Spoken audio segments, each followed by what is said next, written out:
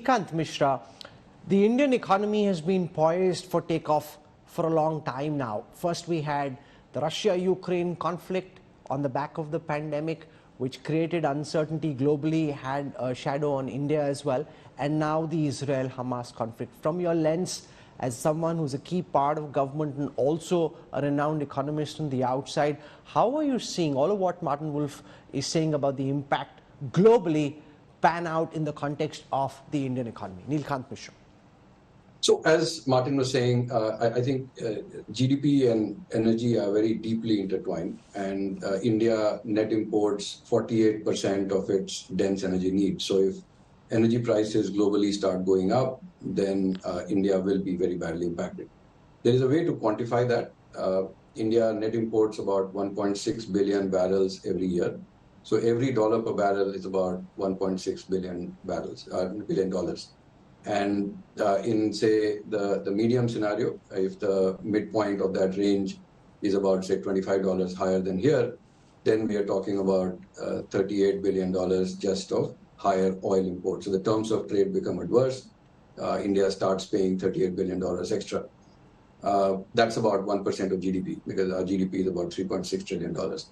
And some of that can be offset. So as you can expect, the subsidies can go up. Effectively, you're borrowing from the future to sustain current consumption, but nearly half of it will be passed through. Higher prices of plastics, higher prices of chemicals, fuel oil, industrial use stuff. And what also happens is that it's not just oil that goes up. Because oil is, if it's shooting up that much, then edible oil goes up because there's biofuel blending. Corn starts to go up, fertilizer goes up. So if you add all of that up, the impact on the economy for a $25 per barrel increase could be around 1% of GDP. So there can be a substantial impact on GDP if oil prices do shoot up that much. And also, one is the quantifiable impact on growth. The other is the impact on the psychology of investors, of India Inc., on industrialists wanting to invest back in the Indian economy. We've also got variables like the election playing out, Nilkant Mishra, in the few months to come. How do you think that might impact the animal spirits of industrialists inside and outside when it comes to looking at the growth prospects of the Indian economy and their own investment appetites? On that, I'm a bit less worried. See, the major reason why India's economy is doing so well is that, unlike in the rest of the world, where the real estate market is turning down after a 10 to 20-year upturn, like Germany is turning down after 20 years, in India, we've seen a 10-year downturn in real estate, and it's just about starting to turn up. So we are starting to see double-digit volume growth in cement demand. We are starting to see power demand going up, tiles, PVC pipes, everything. So these trends do not fade very quickly.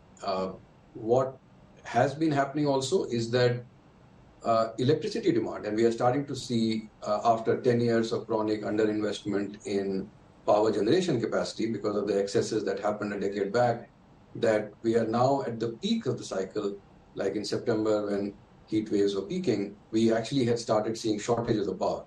And therefore, it is necessary now for new investments in power generation. Higher prices of oil will actually accelerate the transition towards green energy and green hydrogen. So it actually could trigger new investments. It also, if you see what happened in Japan in the 70s, the higher prices of oil, and given their external dependency, drove an aggressive move towards improvement in energy efficiency. And so I don't expect this to be overall, creating a lot of negative mood in India. I mean, of course, I think sentiment will turn negative. But the terms of trade shift, in which case, you're paying a lot more for what you were, for the same volume of what you're importing, is something that I think will have an impact. But I think sentiment will not change dramatically. Martin Wolf, your sense of the impact of the conflict in the Middle East having on an economy like India's? Yes, I think what has just been said seems to me reasonably plausible. Of the large net oil importing economies, India is, I think, in a relatively good position to withstand the shock. The US, of course, uniquely among the really big economies, is not a net importer, and it's sort of a fortress. But we leave that aside.